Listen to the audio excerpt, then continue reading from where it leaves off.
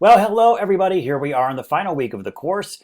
And in this last update video, I'm just going to go over some things to remember before the course closes out this Sunday at midnight. So make sure you have everything in by Sunday at midnight. That's the last day of the course. So I'm speaking to you today. It's Tuesday, our 8th week of the course, Module 8. It's Tuesday afternoon. Our graduating seniors have already left us. They had to have all of their assignments completed by noon today, and they did, so yay to them, but we've lost a few people as they are graduating this Friday. So but let's take a look for the rest of us that are still here, and someday you'll graduate too. For the rest of us that are here, let's take a look what we have to do this week. Going to Module 5, and then, or Module 5, starting with Module 5, scrolling all the way down from Module 5 to Module 8. So hopefully not too terrible of a week, but we do have that final exam in there. I know that can cause some anxiety. We will take a quick look-see of a few questions in that final exam. So I'll give you one of those little previews if you wish to watch at the end of today's video. You're going to see a lot of familiar questions from the previous two exams in there, so that should help you as well. We do have our topic essay and our learning activity.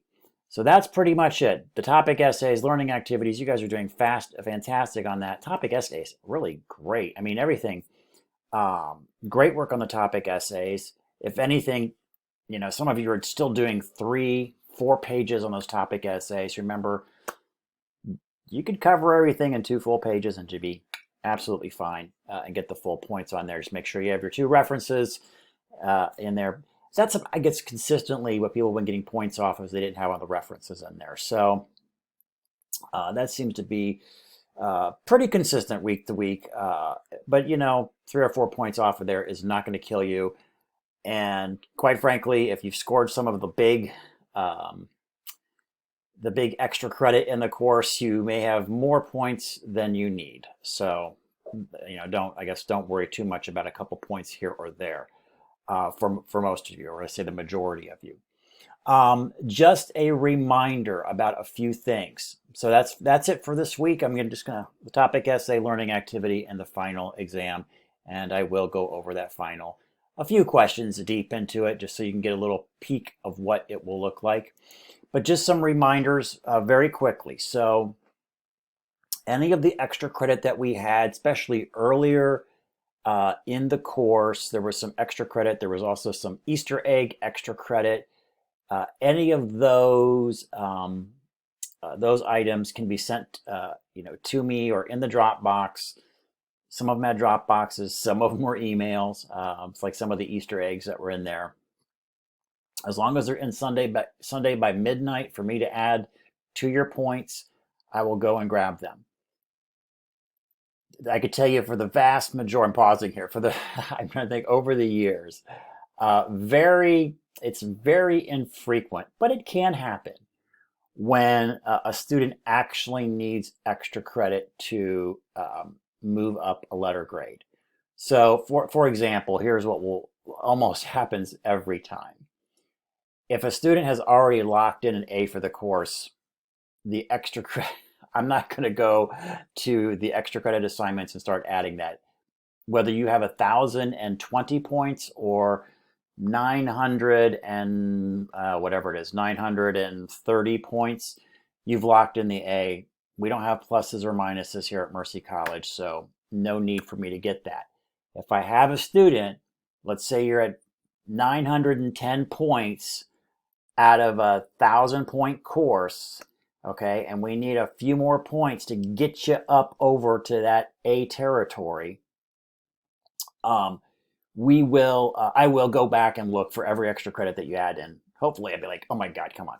Let's have 10 points extra credit in there to get you up over the hump. So that's how the extra credit works. I know some of you were texting me like, hey, did I get all my extra credit? Some of them came in emails. I saved those emails. Some of them are in Dropboxes. I've got it sitting in the Dropboxes. Some of them I do add, especially those assignments. So we did some off the cuff extra credit where especially in the learning activities where instead of having you do 3 problems, I had you do 2 problems, and I made the third one extra credit. So a lot of you got some, especially that last one. There was some, that was a 20 pointer. So some of you scored the full point, some of you got like 15 points on it, and that was just added to the assignment, which was normally a 25-point assignment. So if you're wondering like, oh, why did I get 40 points for this assignment? That's because you attempted that extra credit. Some of you people knocked it out of the box, got it right, like on the money. And some of you are real close, but you'll see if you're wondering why there was why you received so many extra points for that assignment, that I added the extra credit into there. So, all right, I think I beat extra credit to death. Long story short, most of you generally will not need it. You'll get the A, and you may not. But if you're that 1 out of 10 or 1 out of 20 person that you just need a little smidgen to get you over an A, then that's there. I don't think anybody's here is even in C territory at this point. With that being said, I have to double check the grade book, but with that being said, if there are any missing assignments, okay, so on my end, so I look at the grade book, and as I'm grading, if you haven't turned it in, what I do is I put a single point value, just a 1 point value in there, and I'll put a note in there, for course points, please submit the assignment. I do accept late work. So if you have a big whopper out there, maybe a 50 pointer, maybe you didn't turn in one of the topic essays, and you're adding up your points and you're going, it might be a little close, okay? Those are what kill you. The 50 pointers, the case studies, I don't think anybody missed a final or missed a midterm exam. But if you skip the final, you could theoretically pass the class and skip the final, but you've just decimated your A, and you're probably, you're just, yeah, you'd be definitely in solid B territory if you had no other points that you lost. So don't, those are usually big assignments that will bring you down a letter grade. So if you're missing one of those topic essays, and I think there's a couple folks out there missing a topic essay, it's a 50 pointer, and again, if there's a midterm that you skipped or anything like that, you definitely want to go back and do those.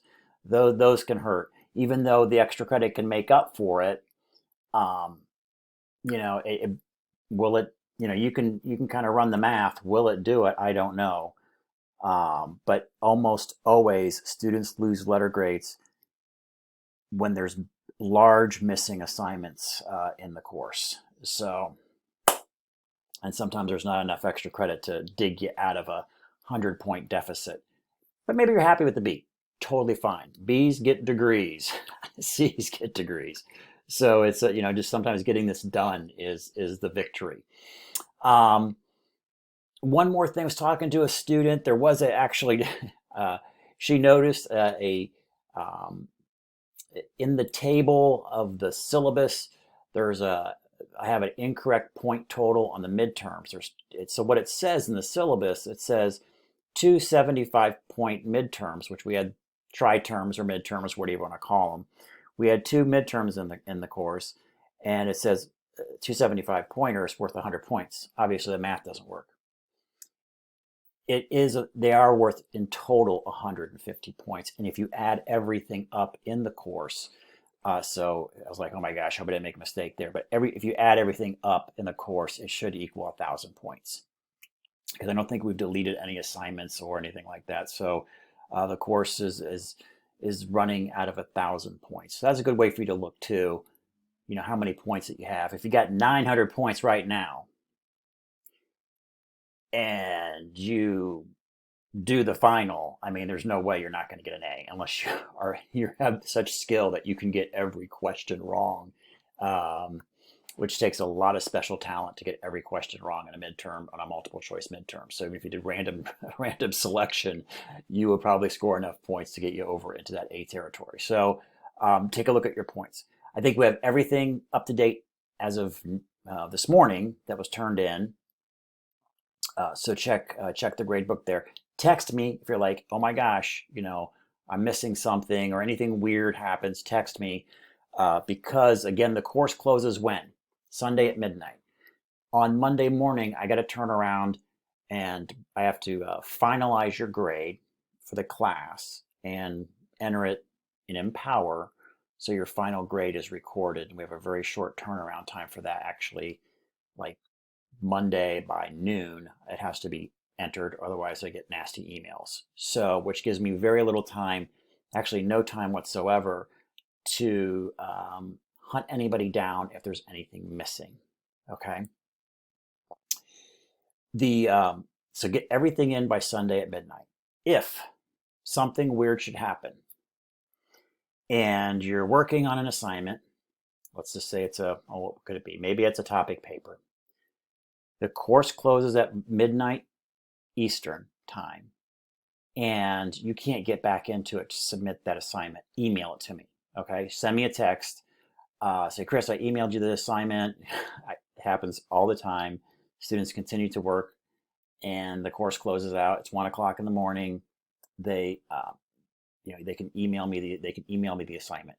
From my perspective, as long as it's when I wake up in the morning and I sit down at about 7:30, 8 o'clock in the morning to finalize the course and grade everything that's been turned in, as long as I've got it, I'm cool. I don't care if it was 1 o'clock in the morning, 2 o'clock in the morning, as long as I have it so I can get everything buttoned up for you guys by noon on Monday, that's fine. But you kind of, that anxiety of like, did he get it? Did he not get it? Best thing to do is to text me, let me know that you submitted it. Or as an email, because I'll scan the emails too to make sure if I see anything from you guys coming in that morning, early in the morning, if there's anything in there with attachments, to make sure those are graded. So we got a little wiggle room there if you need it, but hopefully you don't get to that point.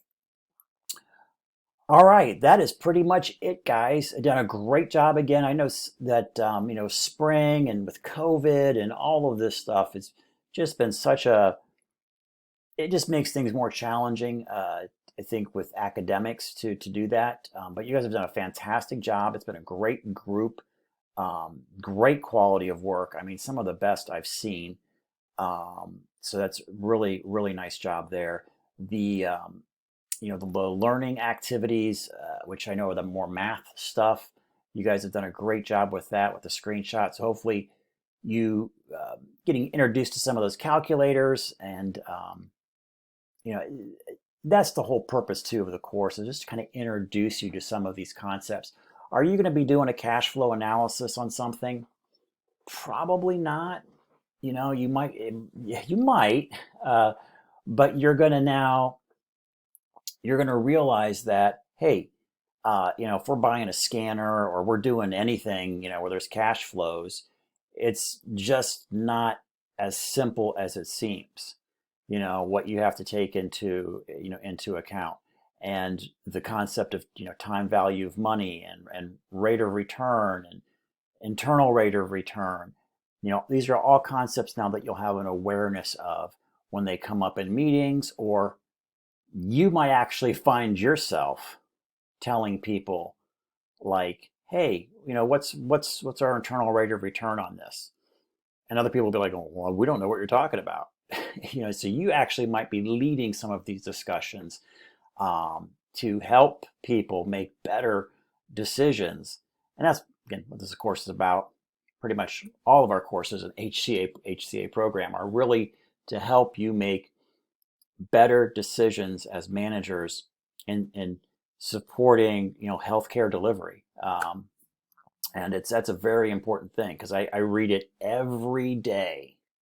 Every day it comes in my email. I get news, summary news reports, for healthcare administration from all over the country. They're all aggregated for me, and it's all very negative usually about hospital closing, mismanagement here.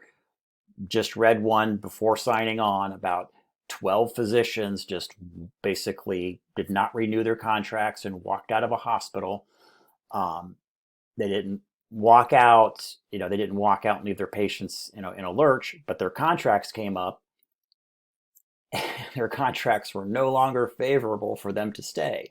So the employer was like, well, why'd they walk out?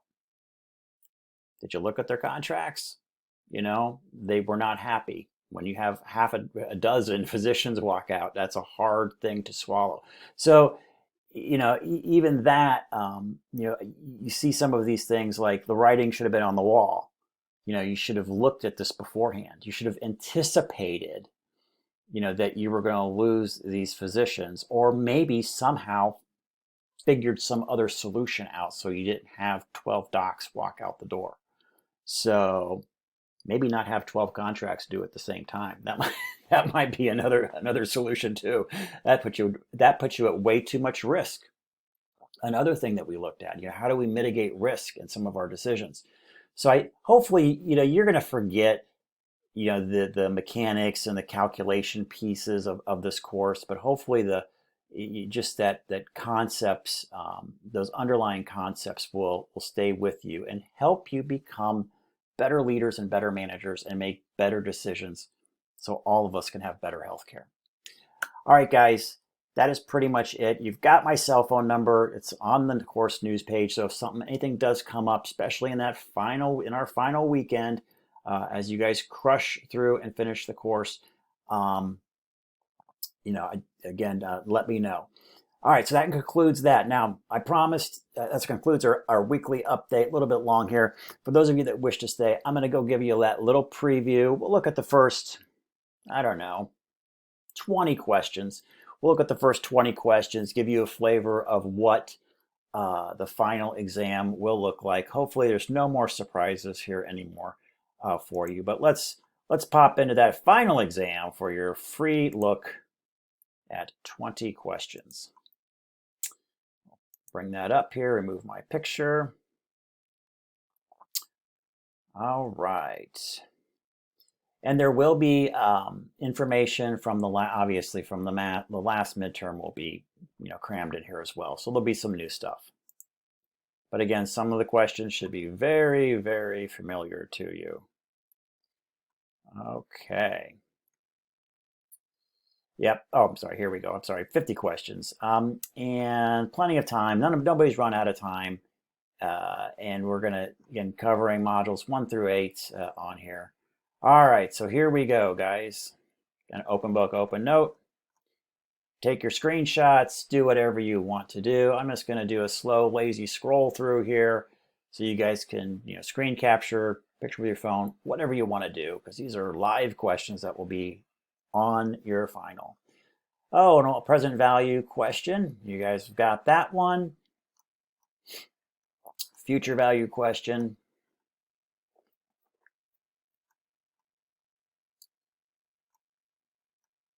Preferred stock question. Again, you can always pause the video, write it down, screenshot it, whatever you want to do to capture that if I'm scrolling a little too fast for you. All right, got some true false questions in here. You guys have done really well with those. Question 6. It's a concept question, no math, yay.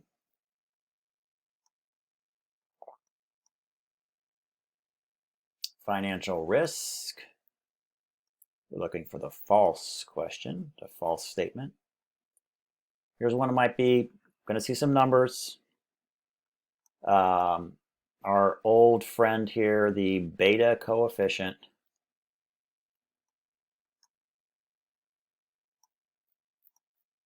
So you can always go back and review, know that you're going to have a beta coefficient question on the portfolio.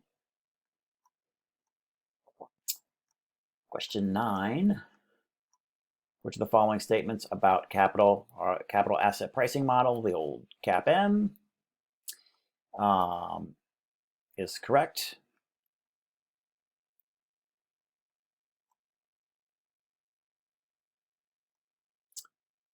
Number 10.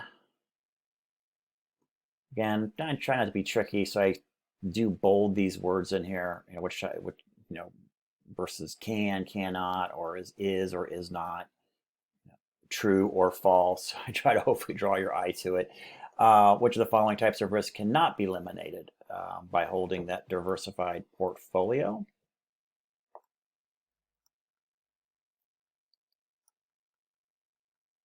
Another beta coefficient question. You're looking for the false one in there.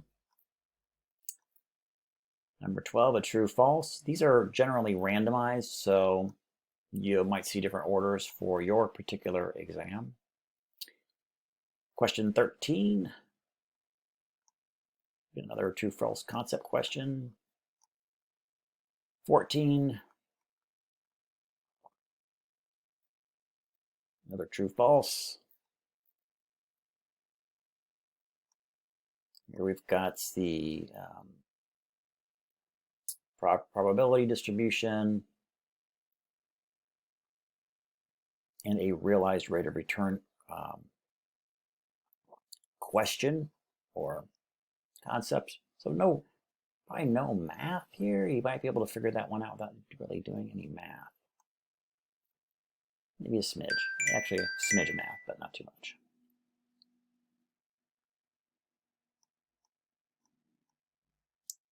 Capital. We spend some time on capital. What are the basic sources of capital?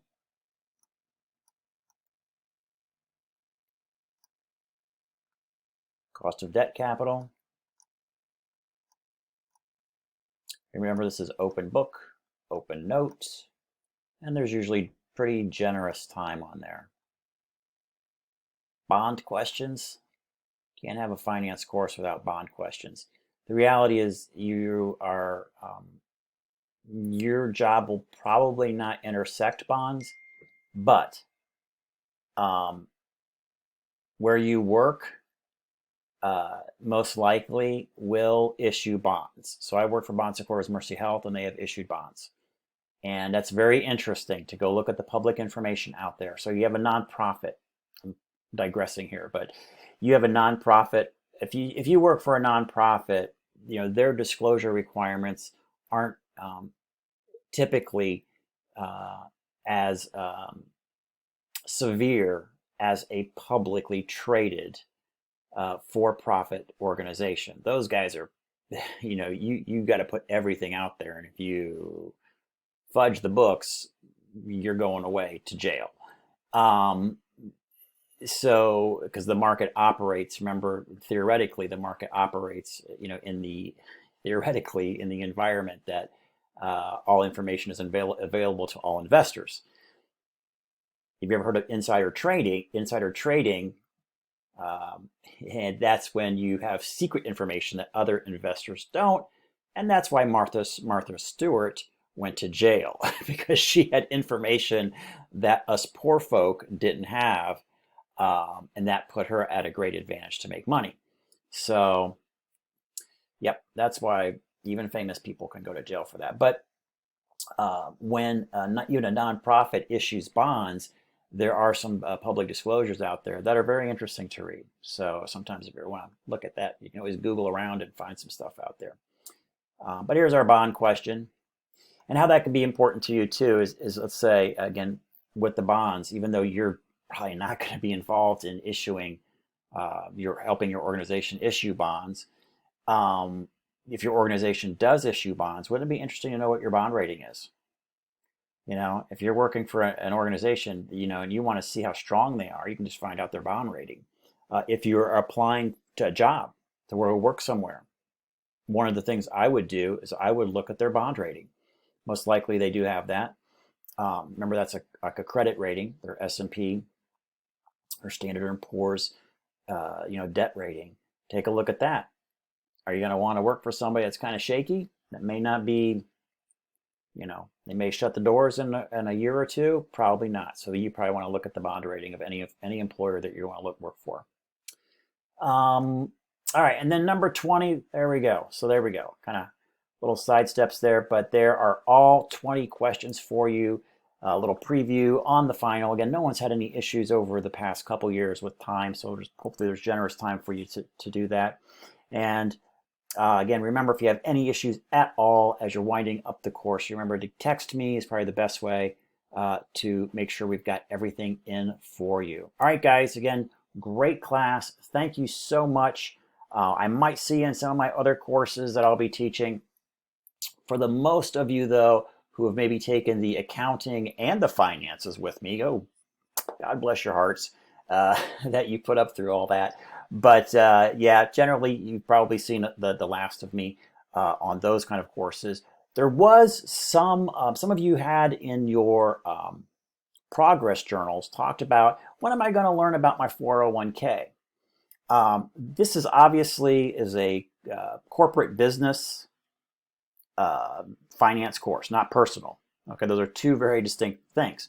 But I do run a personal finance course, personal finance for healthcare professionals. It's only 1 credit hour, pretty easy course, quite frankly, at only 1 credit hour. And I do run that almost every semester. Didn't run it. Oh, I did run it this spring. Yeah. And I think I'll be running, I won't be doing it this summer, but I will be running it in the fall. But just check the schedule. If it's on there and you're looking for an extra credit hour, we do run that personal finance course for healthcare professionals that a lot of students have really found beneficial and not too difficult of a course, especially if you're just needing a credit hour to help round out your schedule. All right, guys, everybody have a great week. And if I don't see you this summer, everybody have an enjoyable summer. Thanks.